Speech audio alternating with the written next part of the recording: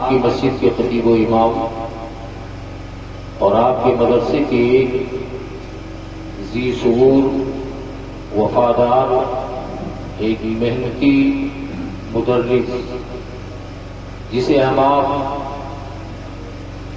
استاد قرآن حضرت حافظ و قاری محمد شہزاد خان صاحب قبلہ کے نام سے یاد کرتے ہیں، مختصر سے وقت میں آپ کا خطاب ہوا، الحمدللہ بڑا اچھا خطاب، بہت اچھے لب و لہجہ میں آپ نے بیان کیا۔ اس بیان میں آپ کا جو موضوع خاص تھا عظمت مصطفیٰ، علم غیب مصطفیٰ، قرآن و حدیث کی روشنی میں تھوڑی دیر آپ کا بیان ہوا۔ دعا ہے اللہ تعالیٰ ان چند کلمات کو بارگاہ رحمت میں مقبول فرمائے۔ اور اس سے پہلے استاد و اساتذہ ہمارے محب گرامی کرم فرما حضرت مولوی عاقل علی صاحب قبلہ کا کلام ہوا، اور عزیز شاعر اہل سنت حضرت حافظ و قاری محمد فہیم رضا صاحب، انہوں نے بھی بڑے اچھے انداز میں نعت رسول پاک صلی اللہ علیہ وسلم سنائی۔ اب لاسٹ میں میرا نمبر آیا ہے، میرے بعد انشاءاللہ آپ کسی کا نمبر نہیں، سب پڑھا کے ختم ہو چکے۔ اب آپ لوگ سننے کے لیے تیار ہو۔ یہ رنیا پور الحمدللہ نیپال تو نیپال ہے، انڈیا میں بھی بہت علاقوں میں مشہور ہے حضرت جی۔ رنیا پور کا مسلمان، میں دعا کرتا ہوں اللہ انہیں ہمیشہ خوشحال رکھے آمین، اور دن دگنی رات چوگنی اللہ تعالیٰ آپ لوگوں کو ترقیاں عطا فرمائے۔ تو آپ لوگ تیار ہو سننے کے لیے؟ جی تیار۔ گھڑی دیکھ لو کتنا بج گئے ہیں، 12 بج گئے، پورے 12 بج رہے، انڈین ٹائم بتا رہا ہوں۔ آپ کے یہاں 12:15۔ کتنے لوگ سننے کے لیے تیار ہیں؟ ذرا ہاتھ اٹھاؤ۔ بیداری کا ماحول، سبحان اللہ۔ کوئی لمبی چوڑی تقریر نہیں ہوگی، انشاءاللہ تعالیٰ مختصر سے وقت میں کچھ باتیں آپ لوگوں کے سامنے میں پیش کرنے کی کوشش کروں گا۔ آئیے خطابت سے پہلے اپنے آقا مولا ساری کائنات کے مالک و مختار، ہم غریبوں کے غمگسار حضور رحمت للعالمین سید المرسلین طٰہٰ و یاسین آقا مولا محمد رسول اللہ صلی اللہ تعالیٰ علیہ وسلم کی بارگاہ بے کس پناہ میں پورا مجمع بآواز محبت درود شریف میں اللہم صلی علی سیدنا و شفیعنا مولانا رسول اللہ صلی اللہ تعالیٰ علیہ رسول اللہ صلی اللہ تعالیٰ علیہ وسلم۔ ذرا آپ لوگ کرسی آگے بنا لیجیے، فٹافٹ 1 منٹ کے اندر ایک ماحول بنا لو، اور جو بیچ میں راستہ چھوڑا ہے، نہ کوئی آ رہا ہے نہ جا رہا، یہ سب ایک جماعت بنا لو، پھر میں اپنی تقریر کو شروع کر دوں۔ جلدی جلدی آپ لوگ جلدی آگے بڑھے۔ بڑے اچھے لوگ ماشاء اللہ، اچھے لوگ آ جائیں گے۔ سبحان اللہ سبحان اللہ، واہ واہ، بڑے اچھے لوگ ماشاء اللہ، اللہ سلامت رکھے ان کو۔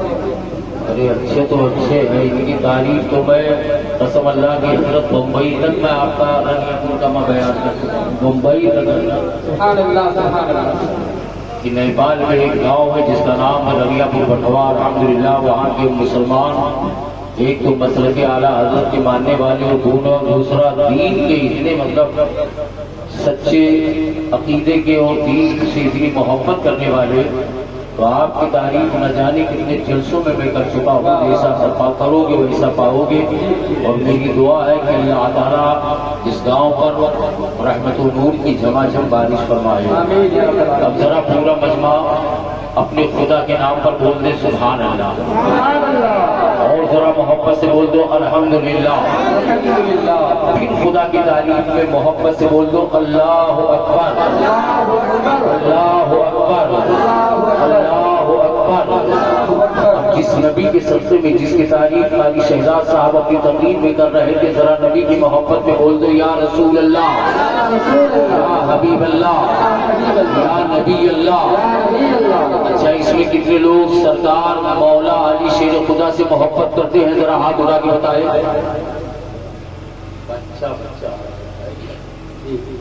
سب مولا علی شیر خدا کے ماننے والے، نبی کے صحابہ کے غلامی کا دم بھرنے والے۔ آج کی جو میری تقریر کا موضوع ہے، میں نے قرآن کریم کی آیت کریمہ پڑھی ہے، ان الدین عند اللہ الاسلام۔ اسی آیت کریمہ کی روشنی میں انشاءاللہ تھوڑی دیر آپ کے سامنے میں بیان کروں گا، آپ اسے محبت سے سنیں اور دل و دماغ میں اتارنے کی کوشش کریں۔ آئیے ہم تمامی حضرات سب سے پہلے پھر ایک مرتبہ درود شریف پڑھیں، اللہم صلی علی سیدنا و شفیعنا مولانا محمد وبارک وسلم، صلاۃ و سلام علیک سیدی یا رسول اللہ صلی اللہ تعالی علیہ وسلم۔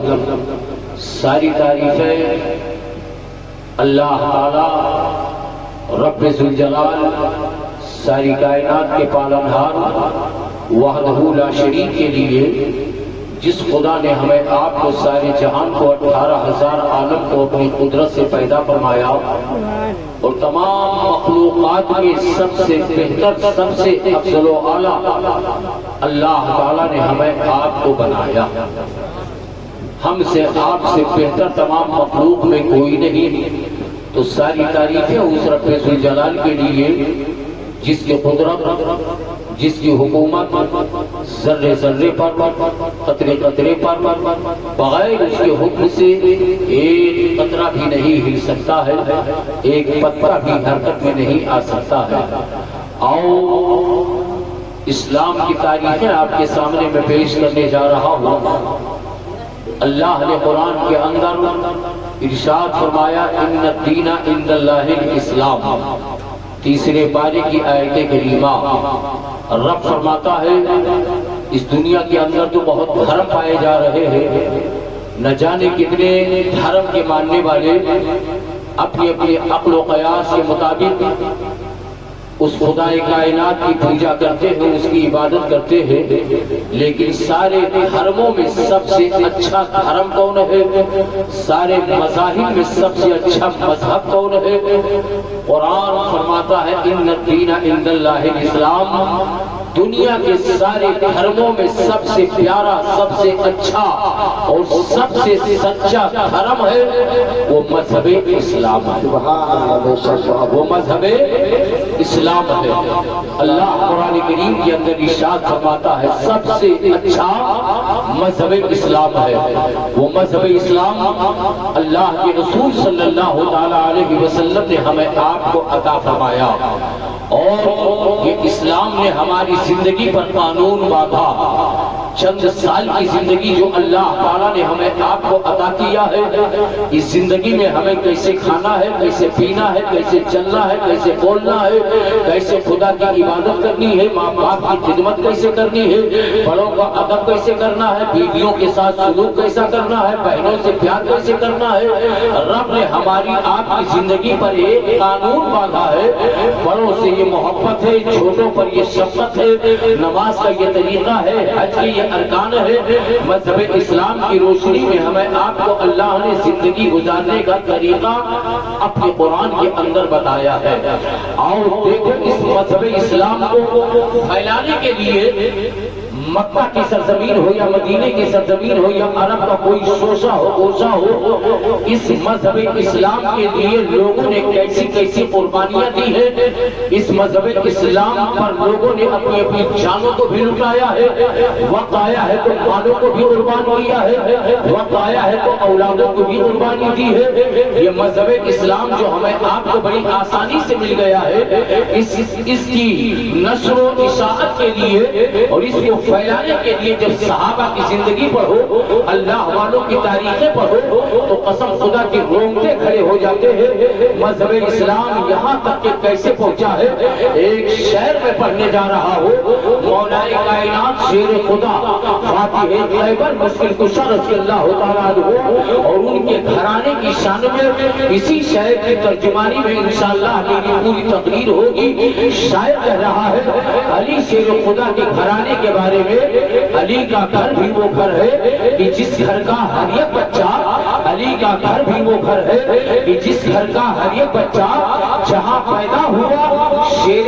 خدا معلوم ہوتا ہے، جہاں پیدا ہوا شیر خدا معلوم ہوتا ہے۔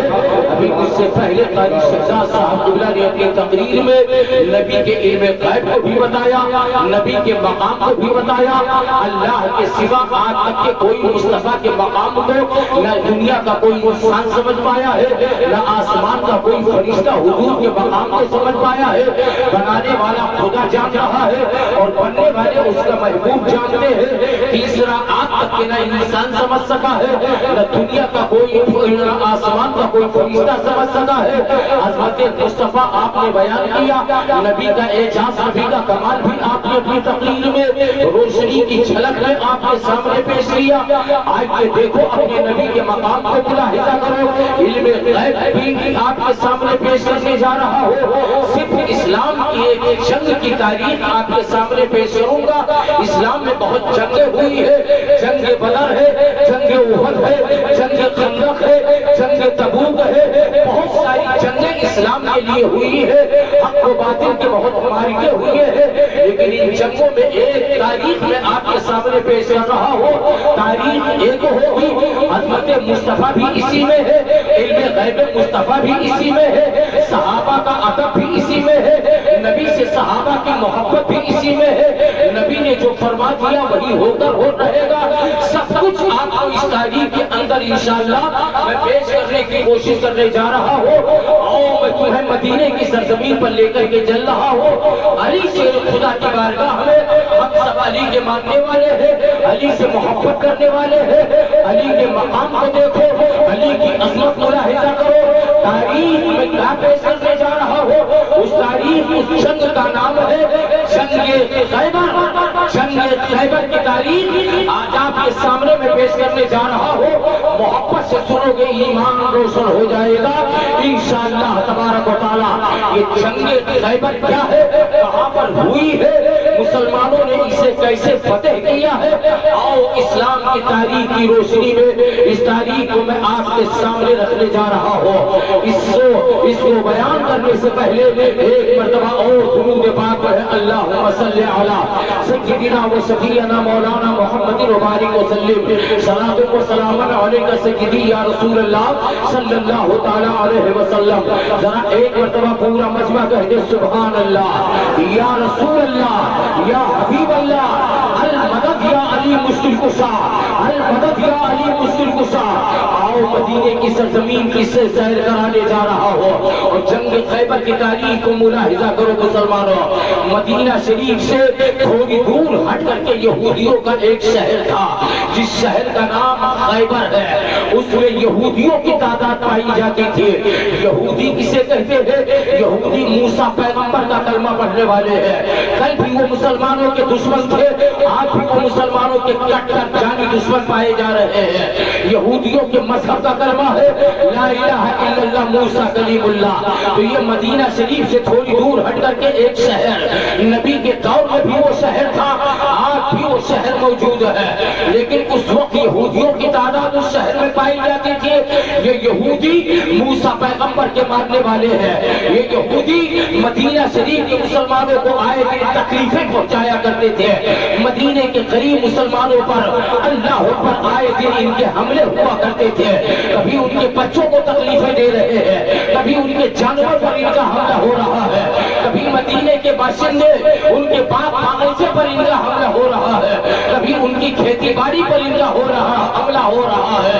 اور اللہ کے رسول صلی اللہ علیہ وسلم ان شرینوں کی شرارت دیکھ رہے ہیں، یہودیوں کی حرکت سرکار دیکھ رہے ہیں۔ ایک دن میرے آقا نے مدینے کے قریب مسلمانوں کو جمع فرمایا اور جمع فرمانے کے بعد میرے آقا نے ایک تقریر فرمائی، کہا اے مجاہدوں، اے غازیان اسلام، اے مجھ پر ایمان لانے والے مسلمانوں، میرے صحابہ کی جماعت غور سے سنا، جب تک کہ خیبر کو فتح نہیں کیا جائے گا اور جب تک کہ خیبر کے یہودیوں کو اسلام کا کلمہ نہیں پڑھایا جائے گا اور جب تک کہ خیبر پر اسلام کا جھنڈا نہیں لہرایا جائے گا، تب تک کہ آئے دن تمہیں مصیبتوں کا سامنا کرنا پڑے گا۔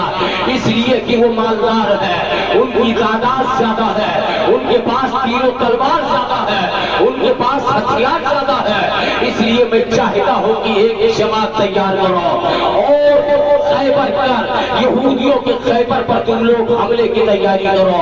میرے آقا کریم صلی اللہ علیہ وسلم کی بارگاہ میں صحابہ کی جماعت حاضر ہے اور یہ صحابہ کی جماعت میں غریب بھی ہے، بے ہتھیار والے بھی ہیں اور بہت سے ایسے ہیں جو جنگ کے تجربے انہیں نہیں ہے۔ اللہ پر چند مسلمان غریب آقا کی بارگاہ میں حاضر ہے اور ادھر یہودیوں کی تعداد اللہ پر 15,000 یا 10,000 تعداد پائی جا رہی ہے اور مدینہ شریف میں چند غریب مسلمان پائے جا رہے ہیں۔ نہ ان کے پاس برابر دولت ہے، نہ جنگی ہتھیار ہے اور نہ جنگی آلات و سامان ہے۔ اللہ کے رسول صلی اللہ علیہ وسلم نے حکم فرمایا تمام مسلمان تیار ہو جاتے ہیں، آقا آپ کا حکم ہو، ہم سب جو ہے خیبر پر حملہ کرنے کے لیے تیار ہیں۔ ادھر 15,000 یہودیوں کی تعداد ہے، ان کے پاس تیر و تلوار ہے، ان کے پاس گھوڑے ہیں، سب فن جنگ کے ماہر ہے، تجربہ کار ہے، اسی لیے انہیں اپنی تعداد پر، اپنی کثرت پر، اپنی طاقت پر بڑا ناز تھا کہ مدینے کے مسلمان ہمارا کچھ نہیں بگاڑ سکتے ہیں۔ آئے دن مدینے کے مسلمانوں کو تکلیفوں میں دیا کرتے تھے، تکلیفوں میں ڈالا کرتے تھے۔ اللہ پر میرے آقا نے مجاہدین اسلام کی ایک فوج تیار کی ہے۔ آؤ مسلمانوں ذرا ان کا بھی جذبہ دیکھو، ان کا بھی ایمان دیکھو، ان کا بھی سرکار سے محبت دیکھو۔ میرے آقا کی جماعت جب تیار ہو جاتی ہے، میرے آقا نے ایک اسلامی جھنڈا جانتے ہو سب سے پہلے اس کے ہاتھ میں دے رہے ہیں اور یہ جھنڈا آج جو ہم اپنی دکانوں پہ لگا رہے ہیں، اپنی مکانوں پہ لگا رہے ہیں، باغیچے میں لگا رہے ہیں، یہ جھنڈا ہمیں ملا ہے تو کہاں سے ملا ہے؟ یہ جھنڈا ہمیں جنگوں سے ملا ہے مسلمانوں۔ جب جنگ ہوا کرتی تھی، حق و باطل کی جب لڑائی ہوا کرتی تھی تو ان کی جماعت میں بھی ایک جھنڈا ہوا کرتا تھا، مسلمانوں کی بھی جماعت میں جھنڈا ہوا کرتا تھا اور وہ جھنڈا کسی بزدل کے ہاتھ میں نہیں ہوتا تھا۔ وہ جھنڈا جو جنگوں میں، جو مجاہدوں میں سب سے بڑا بہادر ہوا کرتا تھا، تیز و ترار ہوا کرتا تھا، اس کے ہاتھوں میں وہ اسلامی جھنڈا ہوا کرتا تھا، اپنی جماعت کا جھنڈا ہوا کرتا تھا اور اس جھنڈے کے اس پرچم کی عظمت کو بچانے کے لیے وہ مجاہد اپنی جان کو قربان کر دیا کرتا تھا، مگر اپنی نگاہوں کے سامنے پرچم کو نیچے نہیں گرنے دیتا تھا۔ اس کے ہاتھوں میں وہ جھنڈا دیا جاتا تھا، چاہے ادھر کی جماعت والا ہو یا ادھر کی جماعت والا ہو۔ اللہ پر سب سے پہلے میرے آقا نے اپنے یار غار سیدنا صدیق اکبر کے ہاتھ میں اسلامی جھنڈا دیا۔ پرچم اسلام صدیق اکبر کے ہاتھ میں ہے۔ مدینہ شریف سے 1,000 مسلمانوں کی جماعت نکل رہی ہے خیبر کے یہودیوں پر حملہ کرنے کے لیے اور خیبر کے اندر ایک قلعہ پایا جا رہا تھا۔ وہ قلعہ بہت مضبوطی کے ساتھ بنایا گیا تھا اور اس قلعے کے اندر آئے دن میٹنگیں ہوا کرتے تھے، مسلمانوں پر حملہ کب کرنا ہے، ان کے بچوں کو کب ستانا ہے، ان کے جان و مال کو کب نقصان پہنچانا ہے۔ آئے دن وہ یہودی اسی قلعے کے اندر میٹنگ کیا کرتے تھے۔ اللہ پر اس قلعے کے اندر جو ہے ان کے ہتھیار، ان کے جنگ کے تمام سامان جو ہے جمع ہوا کرتے تھے۔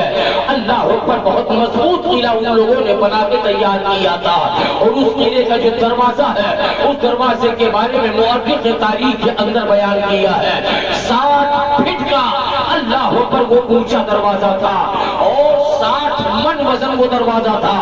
یہ 10-20 کلو کا من نہیں چلتا تھا، اس ٹائم پر 40 کلو کا ایک من پکا من مانا جاتا تھا۔ 60 فٹ کا اونچا دروازہ ہے اور 60 من اس کا وزن ہے۔ مولوی صاحب حضرت غور سے سنیے، اللہ پر اس کا یہ صدر دروازہ تھا اور یہودیوں کا جو سردار تھا، تاریخ آپ نے سنی ہوگی لیکن جس انداز میں آج یہ تاریخ ناچیز بیان کرنے جا رہا ہے، اس انداز میں ہو سکتا ہے یہ تاریخ آپ کے سامنے نہ گزری ہو۔ اس یہودیوں کو جو سردار تھا، اس سردار کا نام تھا کنانہ ابن ربی۔ کنانہ ابن ربی یہ پورے یہودیوں کا یہ سردار تھا۔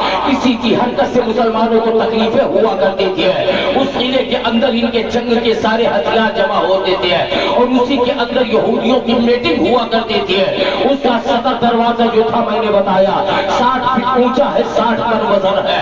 صدیق اکبر اپنی جماعت کو لے کر کے چل رہے ہیں، چاروں طرف زبردست سپاہیوں کا پہرا لگا ہوا تھا۔ صدیق اکبر فرماتے ہیں میں نے ایڑی سے چوٹی تک طاقت لگا دی مگر اس خیبر کے دروازے تک میں پہنچ نہ سکا اور وہ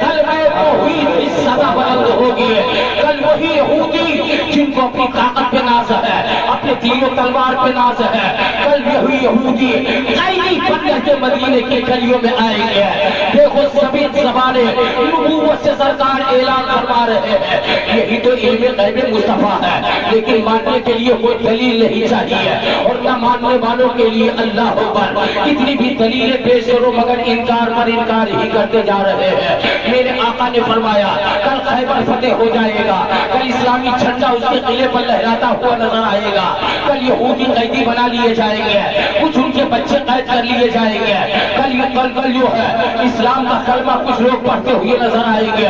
میرے آقا کی یہ زبان نبوت سے اعلان فرماتے جا رہے ہیں خیبر فتح ہو جائے گا. سرکار فتح کی خوشخبری دے رہے ہیں مگر یہ جھنڈا کس کے ہاتھ میں ہوگا؟ خیبر کا قلعہ کون فتح کرے گا؟ سرکار اس کا نام نہیں بتا رہے ہیں. خالی یہی سرکار نے بتایا تھا کہ یہ جھنڈا کل ایسے شخص کے ہاتھ میں دوں گا جو شخص اللہ و رسول سے بہت محبت کر رہا ہے اور اللہ و رسول اس سے بہت محبت کر رہے ہیں. وہ اللہ و رسول کی بارگاہ میں محبوب ہے، میری بارگاہ میں بھی محبوب ہے، خدا کی بارگاہ میں بھی محبوب ہے. صحابہ نام سننے کے لیے بےتاب نظر آ رہے ہیں. یا رسول اللہ فتح کی خوشخبری تو بتا دیا ہے مگر وہ کون سا خوش نصیب مسلمان ہے، کون سا مقدر کا دھنی وہ انسان ہے کہ جس کے ہاتھوں میں اسلامی جھنڈا ہوگا، جس سے اللہ بھی محبت کر رہا ہے، رسول اللہ بھی محبت کر رہے ہیں اور وہ اللہ و رسول سے محبت کر رہا ہے. حضور نے فرمایا میرے صحابہ جاؤ رات گزارو، اپنی اپنی جھوپڑی میں آرام کرو، صبح کو نماز فجر کے بعد میری بارگاہ میں آنا اور انشاءاللہ کل خیبر فتح ہو جائے گا. آقا کریم صلی اللہ علیہ وسلم نے نام نہیں بتایا.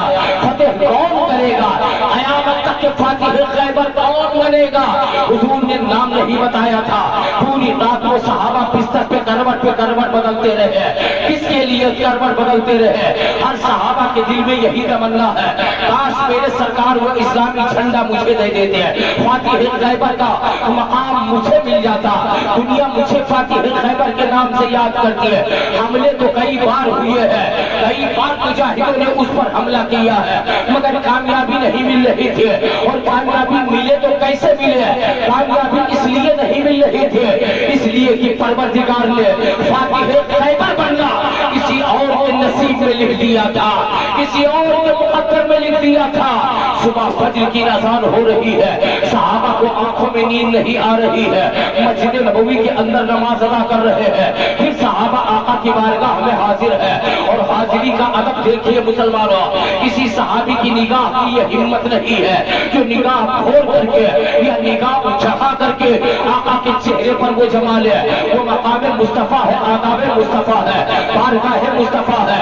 اللہ نے قرآن کے اندر یہاں تک کہ فرمایا ہے اے ایمان والو مصطفیٰ کی بارگاہ میں جب بھی بولنا تو محبت سے بولنا، آواز کو دھیمی کر کے بولنا، کہیں تم اپنی آواز کو نبی کی آواز سے اونچی نہیں کر دینا. قرآن کے اندر رب ارشاد فرما رہا ہے یا ایھا الذین آمنوا لا ترفعوا اصواتکم فوق صوت النبی. اے ایمان والو کبھی اپنی آواز کو محبوب کی آواز سے اونچی نہیں کرنا. یہ قرآن کے اندر رب نے فرمایا ہے. آواز کے ادب کا یہ حال ہے مسلمانوں، رب قرآن کے اندر بیان کر رہا ہے. صحابہ کی جماعت بیٹھی ہوئی ہے، میرے آقا نگاہ نبوت سے دیوانوں کو ملاحظہ فرما رہے ہیں. ایک جماعت لوگوں نے بنا لیا ہے، میرے حضور دائیں سے بائیں دیکھ رہے ہیں، بائیں سے دائیں دیکھ رہے ہیں. تو 3 مرتبہ اسی انداز میں سرکار دیکھتے جا رہے ہیں. صحابہ حیرت میں پڑے ہوئے ہیں، آخر نگاہ مصطفیٰ کسے ڈھونڈ رہی ہے؟ حضور کسے دیکھنا چاہتے ہیں؟